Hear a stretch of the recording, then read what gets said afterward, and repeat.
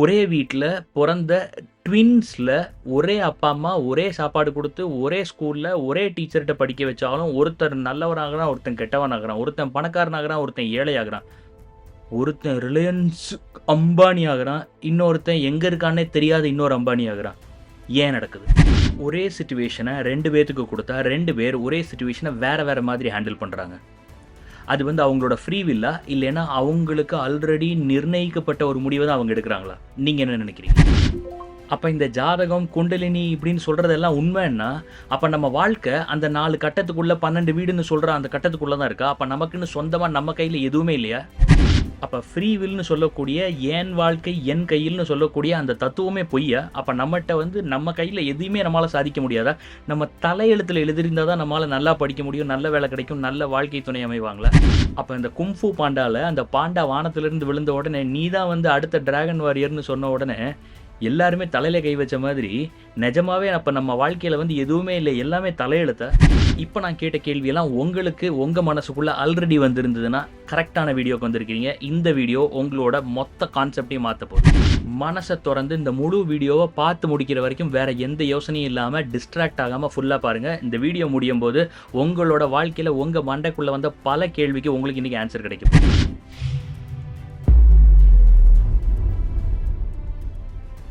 முதல்ல free will அப்படிங்கிற அந்த வார்த்தைக்கு என்ன அர்த்தம்னு பார்ப்போம். வில் அப்படின்னா ஃப்யூச்சரில் சொல்லக்கூடிய ஒரு வார்த்தை. இப்போ உதாரணத்துக்கு ஐ வில் கம் டுமாரோ, நான் நாளைக்கு வர்றேன் அப்படின்னா, நான் நாளைக்கு நடக்க போகிற ஒரு விஷயத்தை இன்றைக்கே நான் சொல்கிறேன், நாளைக்கு நான் வரப்போகிறேன் அப்படின்னு ஐ வில் கம். இப்போ அந்த வில்லுன்னு பயன்படுத்துறது வருங்காலத்துக்கு நம்ம பயன்படுத்துகிறோம். இந்த வருங்காலத்தில் பயன்படுத்தக்கூடிய அந்த வில்லு ஃப்ரீயாக நம்ம நினச்ச மாதிரி நம்ம கையில் இருக்கா, இல்லைன்னா அது நடக்குமா நடக்காதாங்கிறது நமக்கு தெரியலையாங்கிறது தான் இந்த மொத்த கான்செப்டுக்கு தான் ஃப்ரீ வில் அப்படின்னு சொல்கிறாங்க. ஃப்ரீ வில் அப்படின்னு யார் நம்புகிறாங்களோ அவங்களோட வாழ்க்கை அவங்க கையில். அவங்க தோத்தாலும் அவங்க தான் பொறுப்பு, அவங்க ஜெயித்தாலும் அவங்க தான் பொறுப்பு, அவங்களுக்கு வேலை கிடைச்சாலும் அவங்க தான் பொறுப்பு, அவங்க வேலையிலேருந்து அவங்கள தூக்கி போட்டாலும் அவங்க தான் பொறுப்பு. நிஜமாக சொல்ல போனால் ஃப்ரீ வில்ல நம்புகிறவங்க எல்லாம் இப்போ நான் சொல்ல ஆரம்பித்தேன்னா நம்ப மாட்டாங்க. ஏன்னா ஃப்ரீ வில்ல சொல்கிறவங்க எல்லாத்துக்குமே அவங்க தான் பொறுப்புன்னு சொல்லணும். ஆனால் நிஜமாக இந்த உலகத்தில் 99% of the people point fingers at each other and they come up with different complaints. Because of that fellow I messed up my life, because of this fellow I couldn't score அப்படின்னு சொல்லிட்டு இருக்கிறாங்க. நான் இன்னைக்கு தோத்தது காரணம் இவன், நான் இன்னைக்கு நல்லா படிக்காத காரணம் இவன், நான் இன்னைக்கு இந்த கோர்ஸ் படிக்கிறது காரணம் இவர். இப்படி எல்லா இடத்துலையும் இன்னொருத்தரை கை காட்டிக்கிட்டு இருக்கிற இந்த உலகம் ஃப்ரீ வில்லை பற்றியும் பேசுது. அப்போ எவன் ஒருத்தன் ஃப்ரீ வில்லை பற்றி பேசணுன்னா, first of all free will அப்படின்னு ஒருத்தன் நான் ஃப்ரீ வில்லை நம்புகிறேன் அப்படின்னு அவன் ஒருத்தன் சொல்கிறானோ, அவன் வாழ்க்கையில் என்ன நடந்தாலும் அவனை ரெஸ்பான்சிபிளாக பார்க்கணும். அப்போ நான் தான் என் வாழ்க்கைக்கு பொறுப்புன்னு எவன் சொல்கிறானோ அவன் தான் ஃப்ரீ வில்லை பற்றி பேசணும்.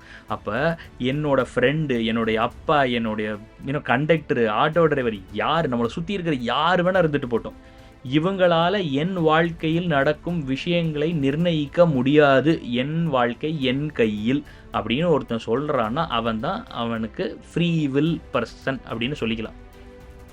இப்போ சொல்லுங்கள், நீங்கள் ஃப்ரீ வில் அப்படிங்கிறத நம்புறீங்களா?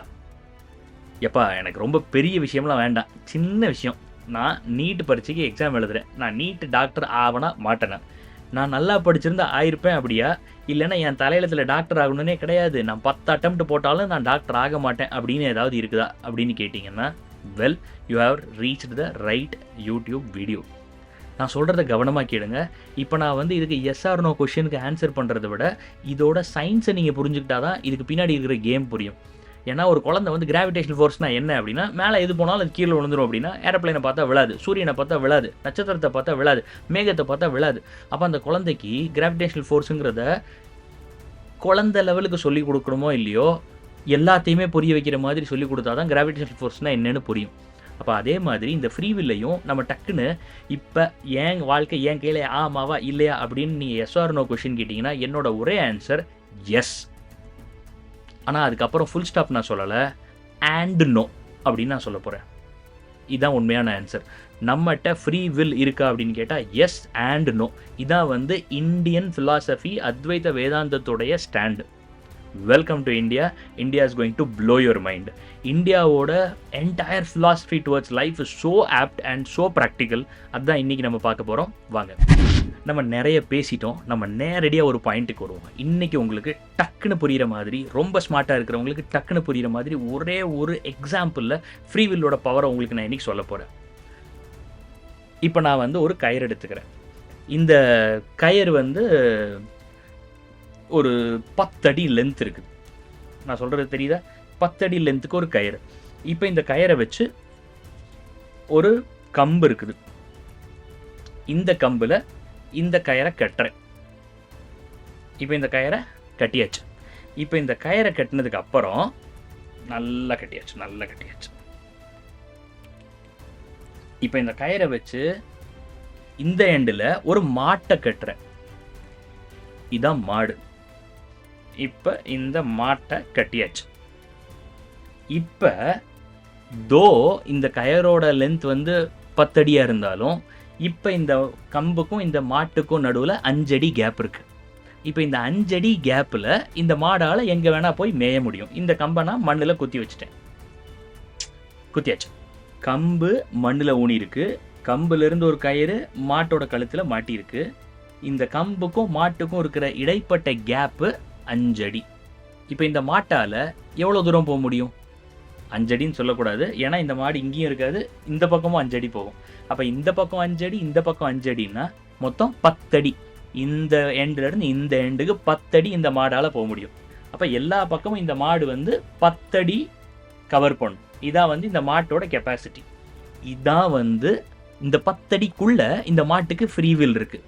சொந்தமாக இந்த மாடால் முடிவெடுக்க முடியும். எங்கே போகணும், எங்கே வரணும், எவ்வளோ தூரம் போகணும், எவ்வளோ நேரம் நான் படுக்கலாம், உட்காரலாம், எல்லாமே இந்த மாட்டால் பண்ண முடியும். ஆனால் சில நேரம் இந்த மாடு சுற்றி சுற்றி சுற்றி சுற்றி இப்படி வந்து நின்றுடும். எப்போ இந்த மாடு இப்படி வந்து நிற்குதோ அதுக்கப்புறம் இந்த மாட்டால் இந்த பக்கம் ஒரு அடி, இந்த பக்கம் ஒரு அடி, அப்போ மொத்தமாகவே 2 அடி தான் போக முடியும். அப்போ இந்த மாடு பக்கத்தில் இருக்கிற இன்னொரு மாடை பார்த்துட்டு, என்னடா உனக்கு மட்டும் 10 அடி தூரம் நடக்க முடியுது, என்னால் வெறும் 2 அடி தான் போக முடியுது, கடவுள் வஞ்சனை பண்ணிட்டார், உன்னைய மட்டும் வாழ வைக்கிறார், என்னைய வாழ வைக்கல அப்படின்லாம் சொல்லிக்கிட்டு இருக்கிறாங்க. ஆனால் நிஜமாவே மூளையை யூஸ் பண்ணி குரு சொல்கிறத கேட்டு, டீச்சர் சொல்கிறத கேட்டு, பெரியவங்க சொல்கிறத கேட்டு, வாழ்க்கையில் சக்ஸஸ்ஃபுல்லாக இருக்கிறவங்க பேச்சை கேட்டு, அவங்க வாழ்கிற ஒழுக்கமான வாழ்க்கையை பார்த்து இவளும் ஒழுக்கமாக படிக்க, வாழ, ஜெயிக்க ஆரம்பித்தாங்கன்னா they will also know their true potential. அப்போ அவங்களோட ஒரிஜினல் கெப்பாசிட்டியான 10 அடிக்கு அவங்களால ஃப்ரீயாக நகல முடியும். அப்போ ஃப்ரீவில் இருக்கா? இருக்கு.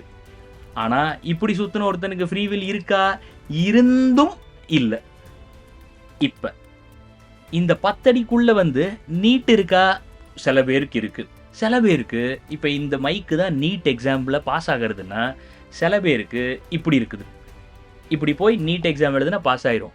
ஆனால் சில பேர் அவங்க இன்னொருத்தங்க பேச்சை கேட்டுட்டு, என்னால் நீட்டெல்லாம் எழுத முடியாது, நமக்குலாம் அந்த வசதியெல்லாம் கிடையாது, நமக்குலாம் அந்த அறிவு கிடையாதுன்னு சொல்லிட்டு 2 அடியில் இங்கேயே நின்றுட்டு நீட்டுக்கு போகாமல் இருக்கிறாங்க, ஐஏஎஸ்க்கு போகாமல் இருக்கிறாங்க, ஒரு நல்ல வேலைக்கு ட்ரை பண்ணாமல் இருக்கிறாங்க, ப்ரமோஷனுக்காக ஹார்ட் ஒர்க் பண்ணாமல் இருக்கிறாங்க, வீட்டில் அவங்களோட ஹெல்த்தை பார்த்துக்காமல், வாக்கிங் போகாமல், சரியாகாமல் இருக்கிறாங்க.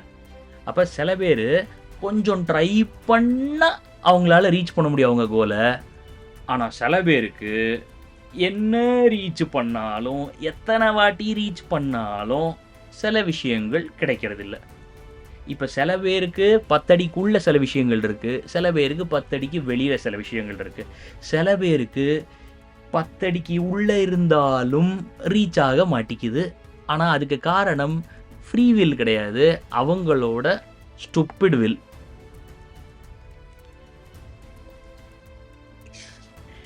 நான் எந்த அளவுக்கு உங்களுக்கு புரிய வச்சேன்னு தெரியல. ஆனால் இதான் வந்து நான் பார்த்ததுலேயே ஒரு பெஸ்ட் உதாரணம். குட்டியாக சிம்பிளாக ஒவ்வொரு மனுஷனுக்கும் அவனுடைய ரீச் எதுங்கிறத கண்டுபிடிக்கிறதுக்கு இருக்கக்கூடிய ஒரு பெஸ்ட் எக்ஸாம்பிள். நான் இன்னும் வீடியோவை முடிக்கல, அதனால் தயவு செஞ்சு குழப்பத்துக்கு வராதிங்க, கன்க்ளூஷனுக்கு வந்துடாதீங்க, வேறு சேனல் பார்க்குறதுக்கு யோசிக்காதீங்க. நான் இன்னொரு முக்கியமான விஷயம் சொல்ல போகிறேன். நான் உங்களை குழப்பறதில் ரொம்ப ஆசைப்படுறேன். ஏன்னா எல்லாமே வந்து உங்களுக்கு வந்து அறிவை கொடுக்க ஆசைப்படுறாங்க. நான் அறிவை கொடுக்குற அளவுக்கு பெரிய ஆள்லாம் கிடையாது. நான் கற்றுக்கிட்ட விஷயங்கள் என் வாழ்க்கையில் அடிபட்டு நான் லவ் பண்ண கல்யாணம் பண்ண முடியாம, அதுக்கப்புறம் கட்டின பொண்டாட்டியோட ரொம்ப சந்தோஷமா ஒரு வாழணும்னு நெனச்சு, அதுக்கப்புறம் அதுலயும் என்னால வந்து ஒருத்தங்களோட மனச கூட புரிஞ்சுக்க முடியாம கஷ்டப்பட்டு, அதுக்கப்புறம் நல்லா ஹஸ்பண்ட் அண்ட் ஒய்ஃபா சக்ஸஸ்ஃபுல்லா வாழ்ந்து, அதுக்கப்புறம் பேரண்டிங் ஆரம்பிச்சு, அதுக்கப்புறம் பேசவே தெரியாம இருந்த என்னால இன்னைக்கு வந்து இவ்வளோ நேரம் உங்க முன்னாடி பேச முடியுது. கிட்டத்தட்ட 17,000 மணி நேரம் நான் இதுவரைக்கும் பேசியிருக்கிறேன். ஒரு 15,000 பேர் கூட நான் இதுவரைக்கும் கோச்சிங் குடுத்துருக்கேன், ட்ரெய்னிங் குடுத்துருக்கிறேன், கிளாஸஸ் எடுத்திருக்கிறேன். அப்படின்னா, இது எல்லாத்துக்கும் காரணம், நான் பலாயிரம் தடவ விழுந்திருக்கிறேன், பல தடவ அவமானப்பட்டிருக்கிறேன், பல தடவ நான் பல கஷ்டங்கள அனுபவிச்சிருக்கிறேன். ஸோ இந்த கேள்வி இன்னைக்கு நான் பேசுறதுக்கு முன்னாடி, இதே கேள்வி என்னோட வாழ்க்கையில கிட்டத்தட்ட டெய்லி நான் கேட்டிருக்கிறேன். என் வாழ்க்கை ஏன் இப்படி இருக்கு? நான் ஏன் இப்படி வாழ்றேன்? நான்லாம் எதுக்கு வாழணும்? இப்படின்னு ரிலேஷன்ஷிப்ல வந்திருக்கு, என்னோட பர்சனல் லைஃப்ல வந்திருக்கு, என்னோட பர்சனாலிட்டில வந்திருக்கு, என்னோட கேரியர்ல வந்திருக்கு. கிட்டத்தட்ட 15 கேரியர் நான் இதுவரைக்கும் மாத்தியிருக்கிறேன். இன்னைக்கும் நான் புதுசா ட்ரை பண்ணிக்கிட்டு இருக்கிறேன். அப்ப என்னோட வாழ்க்கையில நான் அனுபவிச்ச, நான் கத்துக்கிட்ட, விழுந்து எந்திரிச்ச சில விஷயங்கள உங்களுக்கு ஷேர் பண்ணிக்கிட்டு இருக்கிறேன். கவனமா கேளுங்க. 3 பேர் எடுத்துக்குவோம் இப்போ உதாரணத்துக்கு. ஏ, பி, சி 3 பீப்பிள். அண்ட் 3 பேருக்கு முன்னாடியும் ஒரு குழி இருக்குது. 3 குழி தனித்தனியா இருக்குது. 3 பேர் வேற வேற ஊர்ல இருக்காங்கன்னு நெனச்சுக்கோங்க. Just for your information.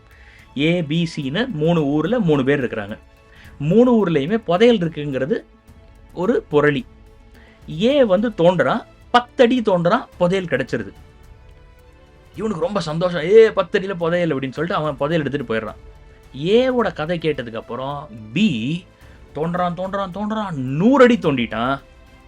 அதுக்கப்புறம் அவன் முடிவு பண்றான், நம்ம ஊர்ல புதையல் இல்லப்பா, இது வந்து புரளி, அவன் ஊருக்கு தான் இருந்திருக்கு அப்படின்னு சொல்லி நிப்பாட்டிடுறான். இப்ப சி வர்றான். அந்த 100 அடி தோண்டான்ல, அதே இடத்துல இன்னொரு 5 அடி தோன்றான். 105வது அடியில அவனுக்கு புதையல் கிடைச்சிருது. இப்ப நம்ம என்ன சொல்லுவோம் டக்குன்னு, அவன் தலையெழுத்து, அவன் யோகம் அப்படிதானே சொல்லுவோம். இப்ப என்னோட கேள்வி என்னன்னா, அவனுக்கு 10 அடியில ஏன் கிடைச்சது? இவனுக்கு 100 அடி வரைக்கும் ஏன் கிடைக்கல? 100 அடியில முடியாதுன்னு அவன் ஏன் விட்டான்? 3வது, 100 அடி தோண்டியும் கிடைக்கல, நம்ம எதுக்கு தோண்டணும்னு அந்த 3வது ஆள் ஏன் நினைக்கல? அவன் ஏன் அவன் ஊரை விட்டு இன்னொரு ஊர்ல வந்து 100 அடி தோண்டியும் கிடைக்காத ஒரு இடத்துல திரும்ப தோண்டி அவனுக்கு ஏன் 5 அடியில கிடைச்சது? My dear audience, Gen Z தர்மாவை பார்க்குறவங்க எல்லாத்துக்கும் நான் ஒரு கேள்வி கேட்க விரும்புகிறேன். எங்கேயோ ஒரு இடத்துல யாரோ ஒருத்தர் வாழ்க்கை ஃபுல்லாக தோண்டிக்கிட்டே இருந்து புதையல் கிடைக்காமையும் இருந்திருக்கிறாங்க. அப்போ there are different types of life and different types of consequences and result. நம்ம எதிர்பார்க்கிற மாதிரியே நம்ம வாழ்க்கை ஒவ்வொரு அடியிலும் நடக்கணுமா அப்படின்னா நடக்காது. நம்ம ட்ராமா பண்ணலை. ட்ராமாவில் எல்லாமே பிளான் பண்ணி செட் பண்ண இடத்துலையே ஏதாவது சொதப்பி வேற மாதிரி கதை போயிடும். அப்போ நம்ம எல்லாமே பண்ண முடியும்னு நினைக்கிற இடத்துலையே சொதப்பும் போது, நம்ம என்னைக்கு என்ன நடக்கும்னே தெரியாமல் அடுத்த நிமிஷம் நம்ம காலையில் நாளைக்கு காலையில் உயிரோட எந்திரிப்போமா இல்லையான்னு தெரியாத இந்த உலகத்தில் நம்ம எப்படி free will 100% everything is in my hand அப்படின்னு சொல்ல முடியும்? அப்போ சொல்ல முடியாது.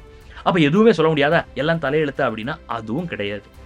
அப்போ அந்த கயிறு சொன்னேன்ல, அப்போ அது வந்து 100% நிஜம். சில விஷயங்கள் முயற்சி பண்ணால் கிடைக்கும், சில விஷயங்கள் முயற்சி பண்ணாமையே கைக்கு வாய்க்கே கிடைக்கும், சில விஷயங்கள் எவ்வளோ முயற்சி பண்ணாலும் கிடைக்காது. இப்போ நான் உங்களுக்கு ஜோதிஷ்யத்தோட பேக்ரவுண்டில் ஒரு 3 விஷயம் சொல்கிறேன். இதை சாகிற வரைக்கும் ஞாபகம் வச்சுக்கோங்க. ஜோதிஷ்யத்தில் ரொம்ப ஆழமான ஒரு சீக்ரெட்டு. 95 வயசில் ஒரு பெரிய ஜோதிஷ்யர் வந்து எங்கள் குருகுலத்தில் நாங்கள் படிச்சுட்டு இருக்கும்போது எங்களுக்கு வந்து ஒரு செஷன் எடுத்தார்.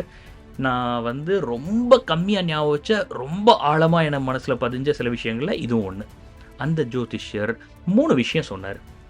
தம்பி, இந்த உலகத்தில், நம்ம மனித உலகத்தில், மனிதனோட வாழ்க்கையில் 3 விஷயம் இருக்குது.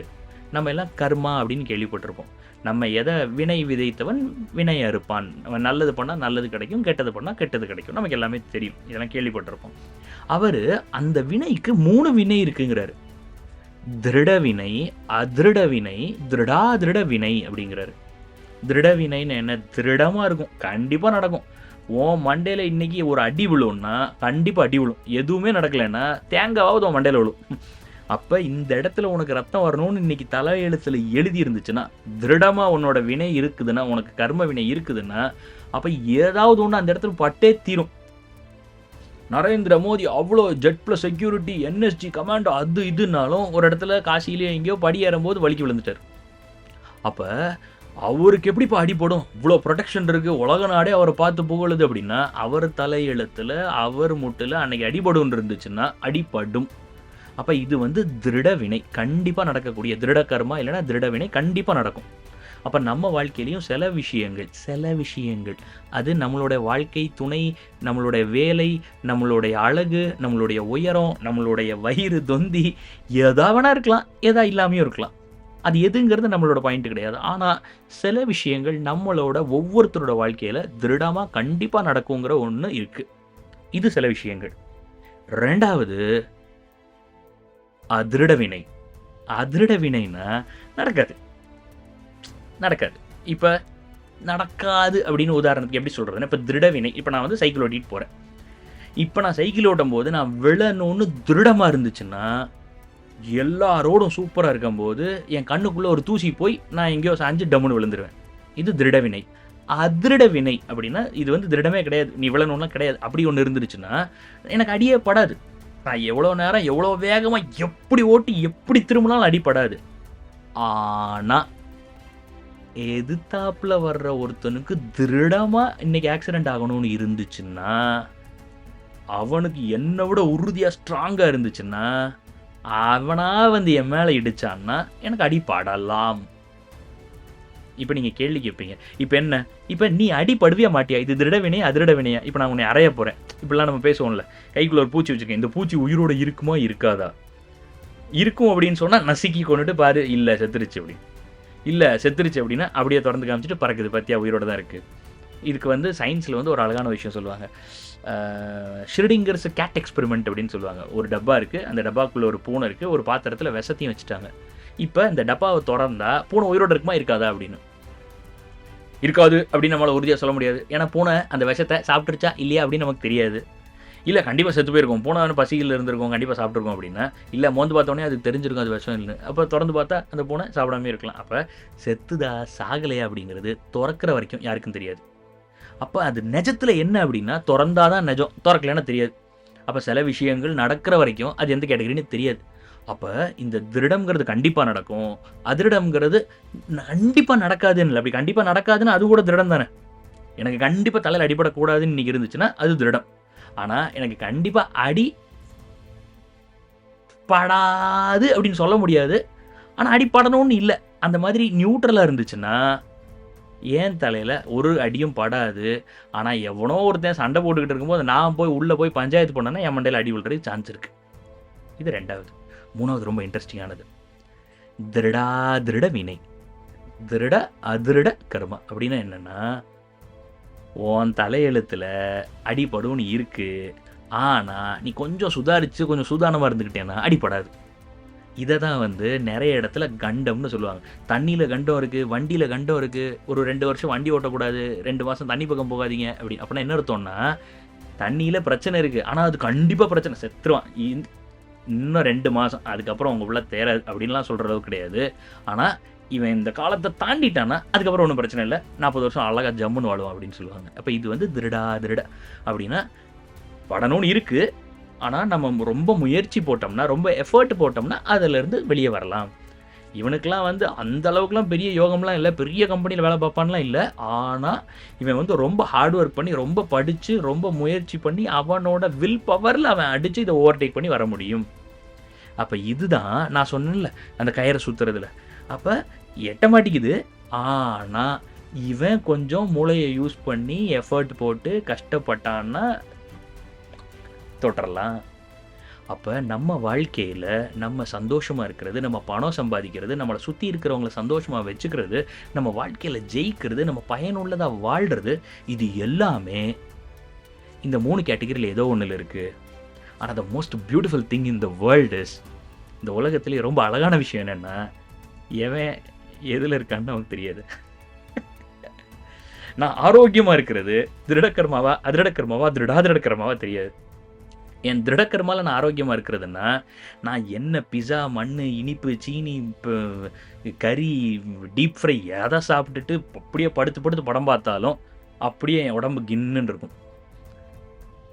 இது அதிரட கர்மான்னா, நான் நல்லா இருப்பேன். ஆனா, என்னோட ஃப்ரெண்ட்ஸ் கூப்பிடும்போதெல்லாம் நான் சாப்பிட்டேன்னா, வெயிட் போட சான்ஸ் இருக்கு. திருடாதிரட கர்மான்னா, எனக்கு கண்டிப்பா 35 வயசுல டயபெட்டிஸ் வரணும். ஆனா, ஏதோ புண்ணியத்துக்கு நான் சுதாரிச்சு கரெக்ட்டா ஜிம்முக்கு போய் யோகா பண்ணி, வாக்கிங் போய், கம்மியா சாப்பிட்டு, கெட்ட விஷயத்தெல்லாம் நிப்பாட்டினதுனால, இன்னைக்கு நான் ஹெல்த்தியா இருக்கேன். இது திருடாதிரட.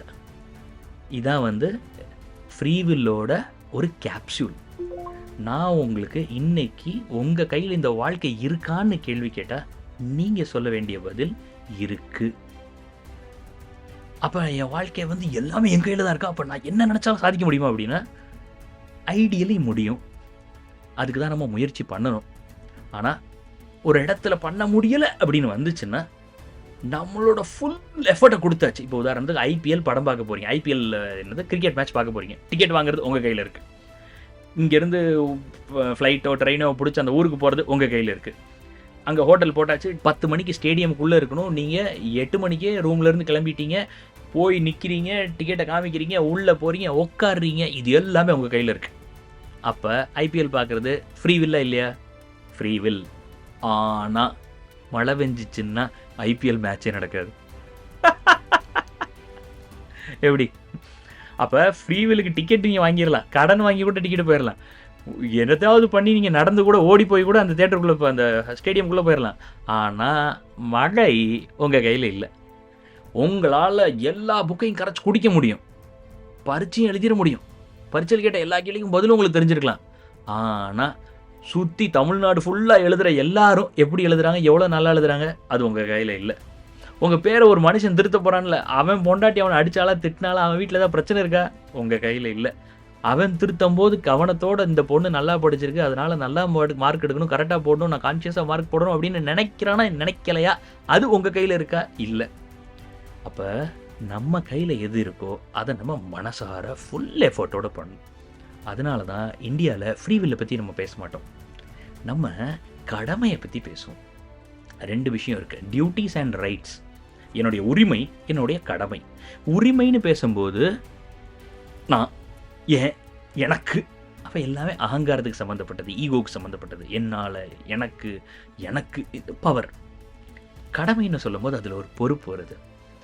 அதுல வந்து ஒரு கண்ணியம் வருது. அதுல வந்து ஒரு பக்குவம் வருது. அதுல வந்து ஒரு அழகு இருக்கு. கடமையில ஒரு அழகு இருக்கு. நம்ம அம்மா முதல்ல எந்திரிச்சு கடைசியில தூங்கி அவ்வளோ வேலை வீட்ல செய்றாங்க. அவங்களுக்கு யாருமே கைத்தட்டி பாராட்டுறதில்ல. அவங்களுக்கு best employee of the house அப்படின்னு அவார்டு குடுக்கறதில்ல. ஆனாலும் சந்தோஷமா செய்றாங்க. ஏன்னா, அவங்களுக்கு அந்த கடமை உணர்ச்சி இருக்கு. அப்ப யாரு தன்னோட வாழ்க்கையில பலனை எதிர்பார்க்காம, எனக்கு குடுக்கப்பட்ட வேலை இது. நான் இன்னைக்கு ஸ்டூடண்ட். நான் இத படிக்கணும்னு நான் ஒரு முடிவு எடுத்திருக்கிறேன். ரிசல்ட் வருதோ வரலையோ, நான் என்னுடைய வேலைய நான் சிறப்பா செய்றேன். நான் 99 இல்ல. 99.9 இல்ல. நான் 100% என் சைட்ல இருந்து என்ன முடியுமோ அத நான் பண்றேன். வரும் வரல அத பத்தி நான் யோசிக்கல அப்படின்னு நினைக்கிறானோ, அவன் கண்டிப்பா ஜெயிப்பான். இத நான் சொல்லல. சக்சஸ்ஃபுல்லா இருக்கிற எல்லாருமே சொல்லியிருக்கிறாங்க. ஜென் ஸி தர்மா வேணா பேருக்கு ஜென்ஸியா இருக்கலாம். ஆனா, தர்மா எப்பயுமே ஜென்ஸி தான். லேட்டஸ்ட் தான். ஸோ 10,000 வருஷத்துக்கு முன்னாடியும் தர்மா வந்து லேட்டஸ்ட்டு. ஜென்ஸி காலத்தையும் தர்மா லேட்டஸ்ட்டு. அடுத்த ஆல்ஃபா, பீட்டா, காமான்னு என்னென்ன வருதோ எல்லா ஜெனரேஷனுக்கும் தர்மா எப்பயுமே லேட்டஸ்ட்.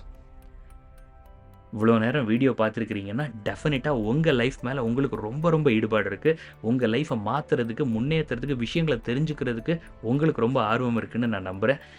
நெறைய பேர் அப்படி இருக்கிறது இல்லை. You are very very special.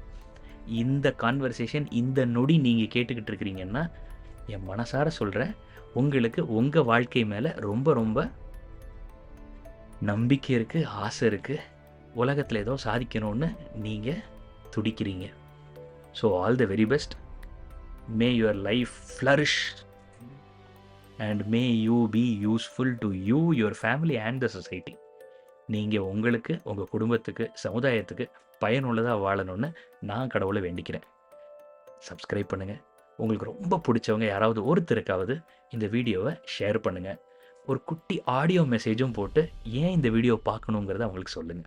ஏன்னா ஒரு நாளைக்கு எல்லாருமே 1000 தடவை ஷேர் பண்ணுறோம். அதனால எல்லாருமே பார்க்குறாங்களான்னா இல்லை. Thank you so much. வணக்கம்.